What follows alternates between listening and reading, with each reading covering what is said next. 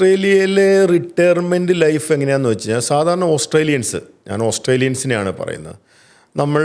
നമ്മളുടെ ഒരു കാഴ്ചപ്പാട് അവരുടെ കാഴ്ചപ്പാട് എങ്ങനെയാണ് വ്യത്യാസം എന്താണെന്ന് വെച്ചാൽ നമ്മൾ മരിക്കുന്നത് വരെ ജോലി എടുക്കുന്നവരാണ്.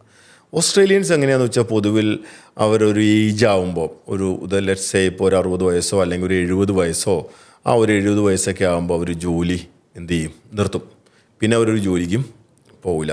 ഇപ്പം എൻ്റെ ഒരു ബോസ് ഉണ്ടായിരുന്നു, ജിം ജാസ്പർ എന്നാണ് അദ്ദേഹത്തിൻ്റെ പേര്.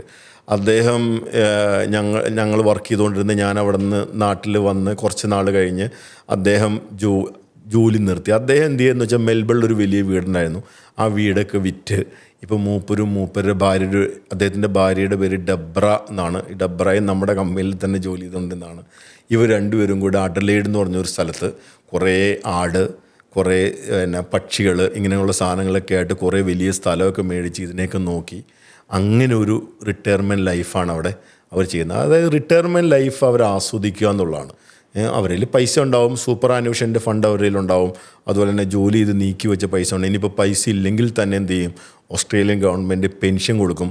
ഓസ്ട്രേലിയൻ ഗവൺമെൻറ് അവിടുത്തെ പെൻഷൻ എന്ന് വെച്ചാൽ അവിടെ ഗവൺമെൻറ് ജോലി, പ്രൈവറ്റ് ജോലി അങ്ങനെ പെൻഷനിൽ യാതൊരു വ്യത്യാസവും ഇല്ല. എല്ലാവർക്കും ഒരേപോലുള്ള പെൻഷനാണ് അവിടെ കൊടുക്കുന്നത്. അപ്പോൾ എല്ലാവർക്കും പെൻഷനുണ്ട് അവിടെ. അപ്പോൾ അവർക്ക് ആ റിട്ടയർമെൻറ്റ് ലൈഫ്, ഇനിയിപ്പോൾ നമുക്ക് അവിടുത്തെ ആ റിട്ടയർമെൻറ്റ് ലൈഫ് ഇഷ്ടപ്പെടുമെന്ന് ചോദിച്ചാൽ എനിക്ക് കറക്റ്റായിട്ട് ആൻസർ പറയാൻ പറ്റില്ല.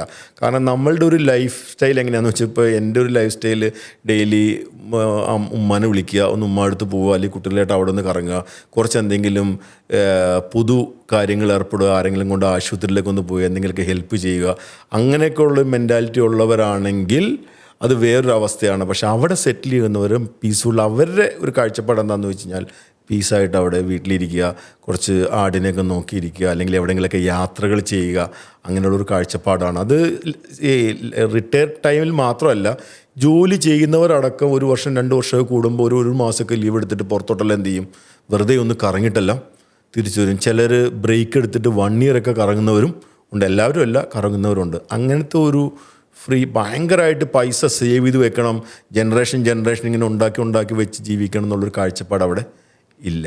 അതാണ് അതിൻ്റെ ബേസിക്.